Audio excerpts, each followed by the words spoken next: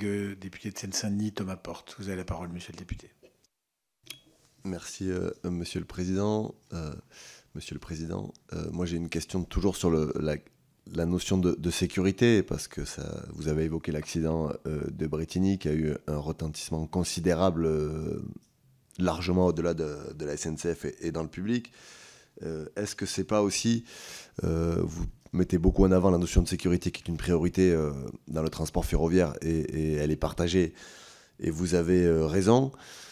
Est-ce qu'on n'est pas aujourd'hui engagé dans une dérive qui est dangereuse sur la question de la sécurité, avec la question de la sous-traitance des travaux?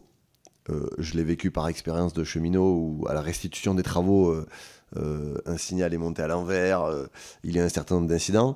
Est-ce qu'aujourd'hui, il n'y a pas eu aussi, pendant des années, une responsabilité, à savoir qu'il y avait à l'origine ce qu'on appelle la maintenance préventive, qui était d'anticipation, et sur une logique de réduction des coûts, on est passé à une maintenance corrective, qui est une maintenance d'urgence en vérité, où on n'est plus sur l'anticipation, mais sur la réaction des problèmes. Est-ce qu'il n'y a pas aujourd'hui urgence, et ça fait le lien, et je fais le lien avec la question du fret, à réinternaliser un maximum les travaux qui sont faits par SNCF Réseau, et notamment pour permettre à ce que des trains de fret puissent circuler en période de travaux, parce qu'aujourd'hui, la corrélation qui est de la sous-traitance massive des travaux, même s'il y a un objectif de massification, on voit que sur des chantiers qui ne sont pas des chantiers de massification, on ferme l'ensemble des voies, parce qu'on a des entreprises qui ne sont pas formées au risque ferroviaire qui travaillent sur les voies, donc on ferme toutes les voies pour protéger le chantier. On a un cheminot souvent seul qui surveille juste ce qui se passe. Donc est-ce qu'aujourd'hui il n'y a pas une priorité à donner à réinternaliser les travaux pour avoir un savoir-faire qui permette à la fois de rehausser un niveau de sécurité et aussi de permettre à des trains de circuler la nuit ou dans des périodes où tout est arrêté, alors qu'on pourrait faire différemment, ce qu'on faisait par le passé d'ailleurs? Le débat traitance-sous-traitance est un débat vieux comme la SNCF. Et à mon avis, il va durer encore avec nos successeurs et les successeurs de nos successeurs. Bon. Le modèle traditionnel de la SNCF, c'est on a en interne l'ingénierie et la maintenance courante, et on sous-traite les travaux, que ce soit ce qu'on appelle les travaux neufs, que ce soit les travaux de renouvellement, gros entretien renouvellement. Et dans le cadre de la sous-traitance des travaux, qui est ancienne, qui a toujours existé, je me souviens de discussions avec des responsables syndicaux qui me disaient « mais nous, on a toujours vu des entreprises privées sur le réseau ». Mais évidemment, ils posaient la question que vous posez, c'est-à-dire où est la frontière entre les deux, comment on déplace le curseur. Donc on est dans un cadre qui, à mon sens, est un cadre permanent, continu, et qui n'emporte pas de changement radical de politique. Je voudrais rappeler que la direction de l'ingénierie de SNCF Réseau, qui fait l'ingénierie de maîtrise d'ouvrage et l'ingénierie de maîtrise d'œuvre, qui fait les deux. Grand débat encore. Est-ce que la maîtrise d'œuvre, on la traite ou on la sous-traite? Bon, il faut laisser un peu de débat pour nos successeurs. Bon, c'est le plus gros bureau d'études de France. Je crois qu'il y a plus de 1000 agents.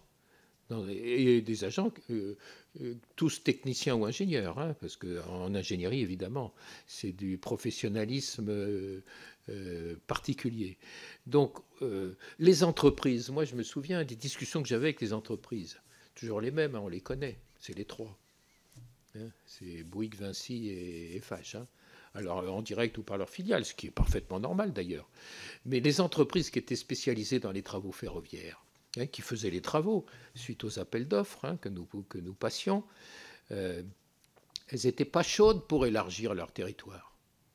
Parce qu'elles voyaient bien que la limite, c'était les règles de sécurité. La surveillance des chantiers, l'autorisation de venir sur un chantier pour en être sûr que l'électricité allait couper, qu'on va passer électrocuté, etc. Donc ça, c'était les cheminots. La sécurité, c'est les cheminots, c'est pas sous-traité. Et il y a un moment, je l'avoue ici devant votre commission, on s'est posé la question, est-ce qu'on ne peut pas sous-traiter aussi un peu, parce qu'on avait des contraintes sur les effectifs, comme tout le monde, et puis on avait la priorité à la maintenance courante qu'il fallait remettre à niveau. Je partage votre point de vue. Il fallait remettre à niveau la maintenance courante, et Brétigny l'a bien montré d'ailleurs, malheureusement. Donc on s'est posé la question de sous-traiter sur un chantier donné. On disait à l'entreprise, les règles de sécurité du site, vous pouvez les faire vous, hein, vous avez le personnel pour. Eh bien, elles n'étaient pas chaudes du tout, hein, à mettre le doigt dans un engrenage où on devient responsable de la sécurité. Hein. Donc, je crois que globalement, le système est stabilisé, qu'il n'est pas remis en cause, peut-être à ses marges, et puis en fonction de chaque année, des travaux à faire, des budgets à tenir. Mais je ne crois pas qu'on soit dans une dynamique d'augmentation massive de la sous-traitance. Je ne crois pas.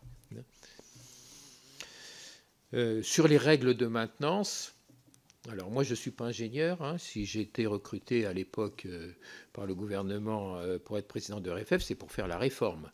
Je n'ai pas été recruté pour gérer RFF. J'ai été recruté compte tenu de mon parcours, hein, qui est ni mieux ni moins bien que ceux des autres, mais compte tenu de mon parcours, j'étais recruté pour faire la réforme SNCF et RFF. Hein. Voilà, donc je ne suis pas ingénieur. Et c'est la raison pour laquelle, une fois que cette réforme a été faite, j'ai souhaité quitter mes fonctions, parce que je me suis dit, il faut mettre un ingénieur sur ce poste-là. Hein.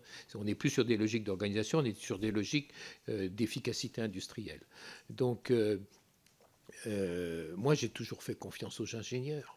C'était ma ligne de conduite dans le domaine de la technique ferroviaire que je ne maîtrise pas. Je le reconnais sans honte et sans plaisir d'ailleurs, ni l'un ni l'autre. Hein. Donc j'ai fait confiance aux ingénieurs. J'avais le privilège d'avoir de grands ingénieurs. Hein. La SNCF était un vivier de grands ingénieurs. Et il faut que ça dure. C'est là, messieurs, pardonnez-moi, je rebondis. Mais moi, ma crainte aujourd'hui, je ne sais pas où ça en est depuis que je suis parti et ce que font mes successeurs. Ma crainte, c'est les pertes de qualification liées aux difficultés de recrutement. Parce que si on prend les travaux électriques sur le réseau, qui sont le point dur, hein, ce qu'on appelle les fameux travaux électriques, bon, il faut travailler la nuit, il faut travailler le week-end, il faut travailler l'été quand il fait 35 degrés, il faut travailler l'hiver quand il fait 0 degré. Bon, ben, c'est difficile d'être attractif. Je ne sais pas où en est la SNCF, je sais qu'il y a eu des problèmes de recrutement de conducteurs, qui est dans un autre domaine, mais s'il y a un souci RH aujourd'hui, je crois que c'est celui, non pas du renouvellement des compétences en soi, mais de la capacité à faire rentrer des jeunes et leur faire intégrer le métier. Il n'y a pas qu'à la SNCF qui a ce problème-là. Hein. Dans les entreprises privées, c'est pareil. Dans l'État, maintenant, j'ai fini mon parcours professionnel dans l'État et je fais partie de groupes de réflexion. Dans l'État, il y a des vrais problèmes. Il y a de moins en moins de candidats au concours. Hein. Parlons pas de l'éducation nationale. Donc, on a un problème général de renouvellement des générations. Et donc, je pense que mais je suis même sûr que la DRH de la SNCF et le président de la SNCF sont bien centrés sur ce sujet-là, qui est un sujet